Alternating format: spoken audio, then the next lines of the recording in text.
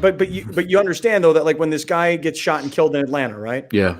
That the police chief there in Atlanta, female, as I recall, she just quit. She resigned. She's like, okay, that cop shot that guy.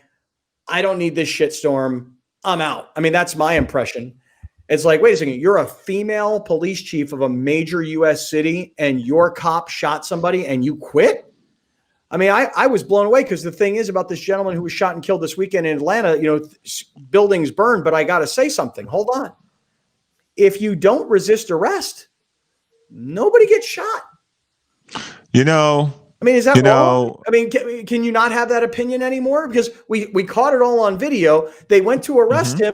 They put his arms behind his back. The dude goes off and he escapes these two cops. I'm not suggesting he should be shot and killed. Hold on, everybody relax. But can we not call it out the way we all saw it?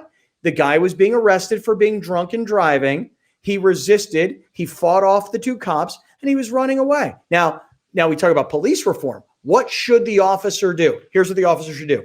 Yeah, hi, I'm the cop. And this guy just beat up me and my other cop, even though we had tasers. And we could shoot him and kill him, but we shouldn't do that, right? Of course not. So could you just get a whole bunch of other cops and get a helicopter up in the air and let's get this guy and let's arrest him? But the guy shouldn't have resisted arrest, should he have? I guess my response to because I'll push back on that a little bit because we had a conversation about this. Full disclosure, you and I had a conversation about this. Should he have done that? Of course not. He shouldn't have done that. But there are a countless number of instances also recorded on film where recently I just posted one where a white kid went into a courthouse high out of his mind, swinging on police officers, even took one of their guns, and all he got was a misdemeanor. This man, drunk in a parking lot, asleep, not driving, because if he was swerving, now he's a danger to the community. He was asleep in a parking spot. Yes, he snatched, wrestled, ran away. That is not a death sentence. George Floyd, these are two completely different cases, but George Floyd did not resist. There, you can see the entire thing from beginning to end. I totally hear you, bro. But I'm just saying, come on, it's just. But you got to call them case by case. You're right. That's what I just said. They're different, but I say they're different in a sense to say this. As a black person, it's hard to accept that if you just don't resist, that you still might make it out of the situation. Like I get it. I'm more compassionate, and I think I've learned more in the last 2 to 3 weeks that I might have pushed back on that a couple of years ago. Come on, give me a break, man. But no, I hear you. I really do. I hear you more so than ever before. I think Greg Popovich said it really, really well this past weekend. I don't know if you guys saw the piece that he did where he called out Roger Goodell for like immediately kowtowing to Trump's pressure, right? But you know what? I don't know if you saw this or not, but you know what Popovich said? He said, I'm embarrassed to be white based on watching those cops on top of George Floyd and the white cop with this very nonchalant look on his face, hand in his pocket, occasionally grinding his knee just to let him know who the boss was. I mean, he goes, that embarrasses me as a white man. I feel that way exactly the same way. But in this particular instance, I'm not saying it should have been a death sentence. I'm not saying the cops couldn't have done a better job, which is call in other cops and get this guy and arrest him. But it is precipitated. It is instigated by the victim in this case. Oh no, I would disagree. I would disagree in this sense. Because I don't know if you've seen this video. Tell me. Before they arrested him and gave him the breathalyzer, they were having a legit conversation with him. Yeah, they asked him if he had any weapons. He said no. They patted him down. Right. Asked him why does he have so much money in his pocket? It's $300. I carry $300 sometimes in my pocket. That'd make me a drug dealer. Like they made all these assumptions about him, and he was just literally telling them about the last 2 days of his life and that he had a margarita and a half. So I haven't seen all that. That's what I'm saying. So he's clearly had a human interaction with these two guys. Now, the one that shot him was the one that did most of the questioning, and the other guy was just kind of like, yeah, man, we just got to check you out.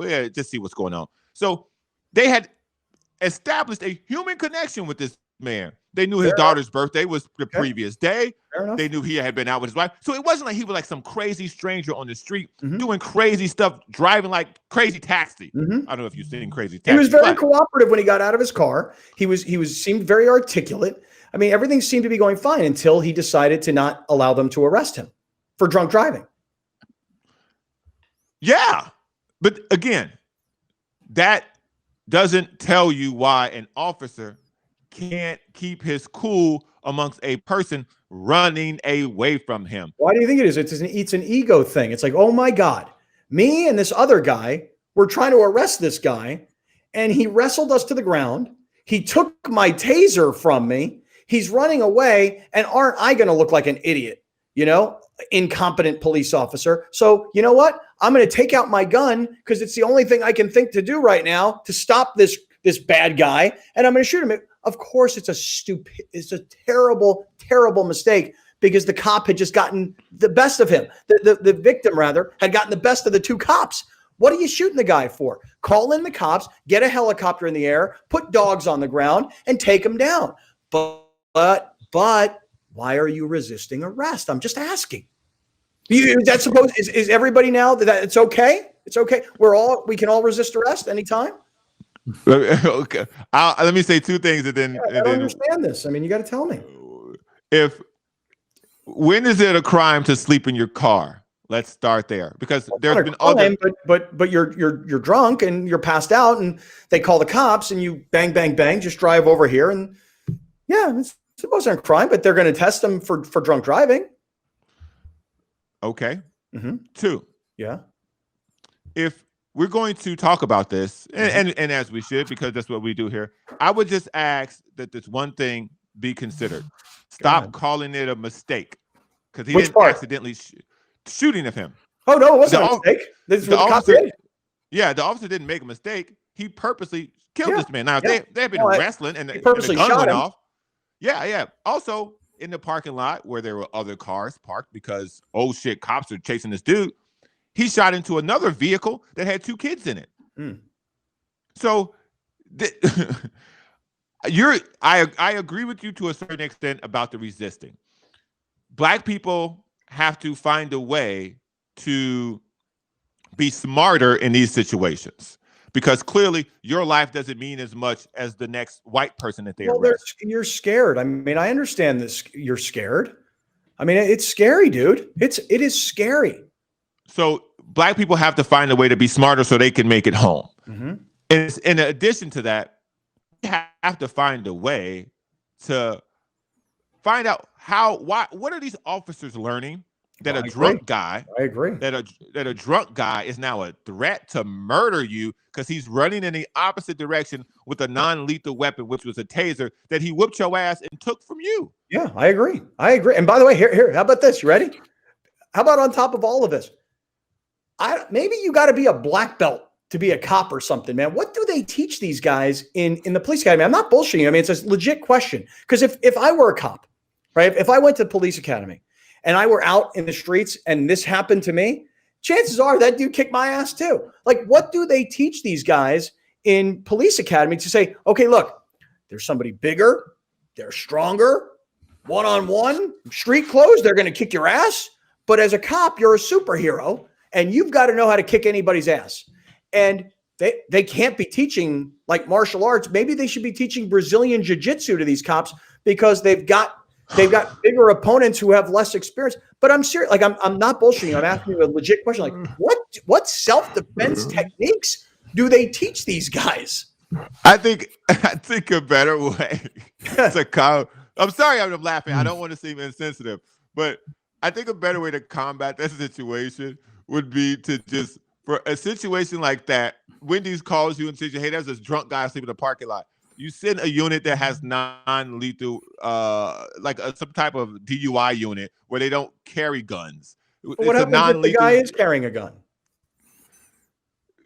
Then that's when you call for backup, like these clowns should have done. Dude, I don't know. I don't think there should be like a separate unit. That's the problem though with the videos that you're seeing a lot is that there's lethal action being taken against people that don't have legal force with them, or like lethal force.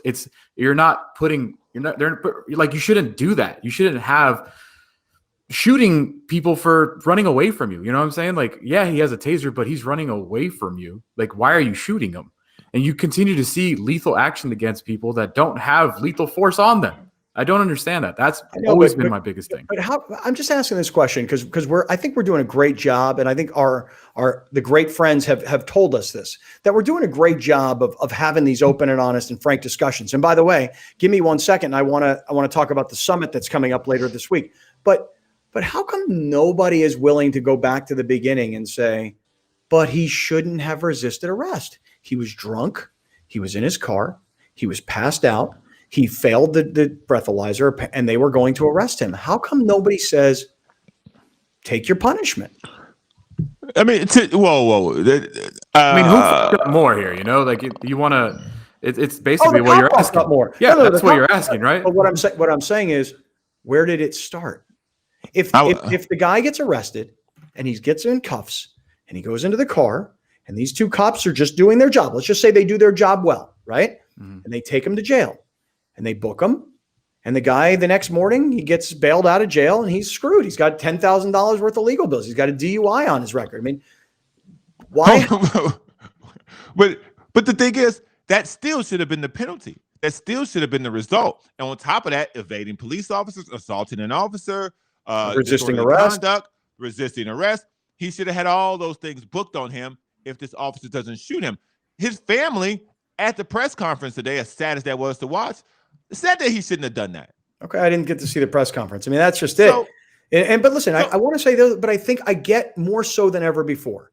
I think I'm trying to say that I get more so than ever before as a white American who has lived unknowingly this privileged life, by the way. I'm more sensitive than ever before, the fear that someone might feel. I'm Black in America at this moment in time, and these cops are about to arrest me. I don't want to go to jail. Well, I'm just trying to even think of the mindset. Like, I think I can get away. I actually think I can get away. I don't know what somebody would be thinking in that situation other than fear. Here's something interesting that we can all look up and research. Baker Mayfield did the exact same thing. I mean, the exact same thing, and lived to be the #1 pick in the NFL draft. Baker Mayfield ripped away from the police and ran, almost ran one of them over. It's all documented. I got it. They never once pulled out a weapon to murder Baker Mayfield. Why was that? Because I don't know, man. I don't know who the cops were. I don't know what the situation was. But I don't know if they know who Baker Mayfield is. I mean, John, I don't have an answer, man. Respectfully, listen, no. I know I don't have an answer because you're more well-researched than I am in this field. You've asked a great question. I mean, you're telling me this Baker Mayfield thing and I've forgotten about it. So I don't have an answer. As someone who's just having a conversation, I don't have an answer. As a white man in America, I don't have an answer. I don't know the difference between the police officers in Atlanta versus the police officers in where was Baker Mayfield? I think at the time he was at, I think it's wherever he started, not Oklahoma. It was the place he was at before he went. Texas it was Tech? Oklahoma. Okay. Yeah. Texas Tech. Okay. So look, I don't have an answer. I mean, are the Texas cops trained better than these cops? Did the Texas cops know who he is? Are they not intimidated by him because he's white and short versus these two white cops being intimidated and having been run over by this strong Black man? I don't have an answer for that. But I do think that when we have these kinds of frank conversations, one thing that I feel like that is not necessarily fair in the debate, if you will, is every time this happens, sad and as unfortunate, and clearly there's a huge problem. I acknowledge it. When we start going, but how come it didn't happen to this white guy? How come it didn't happen to this white guy? We all get it. We get racism. We get it. I just don't know that. Hey, it happened to this Black guy. Let me bring up this white guy it didn't happen to. It happened again to another Black guy. Here's another example of a white guy who didn't get shot and killed. I'm not sure what the angle is, or maybe my feeling about the angle is. The angle, from my perspective, the angle comes from when you say, well, why did he run? Yeah? Why did he run? Right. So I'm posing the question of, well, these people also ran. I know, but why did he? Why would I'm just asking? I mean, in Baker Mayfield's case, maybe he thought I'm a world-class athlete. I can get away from these guys. Maybe he's so shit-faced drunk that maybe he's scared. Why do you think? I'm just asking you your opinion. Why do you think this guy would do that? He's a law-abiding citizen, presumably. He's got a kid. He's been drinking. He's been cooperative. Why? Why would he be running? I can tell you why he ran. So in the video, when they were talking to him before they gave him the breathalyzer, he was explaining to them, I will leave my car here. My sister lives 2 blocks from here. That's where my kid is. That's where I'm taking the food. Mm-hmm. If you just let me leave the car here, I'll walk home and you can tow it, whatever, but just let me walk home. It was awfully generous of him to offer such a thing. But let me finish. So that's why he ran in the direction in which he ran, because his sister lived 2 blocks from there. And so he probably figured I could get away from these 2 dudes because I'm drunk and I'm not thinking straight. Mm-hmm.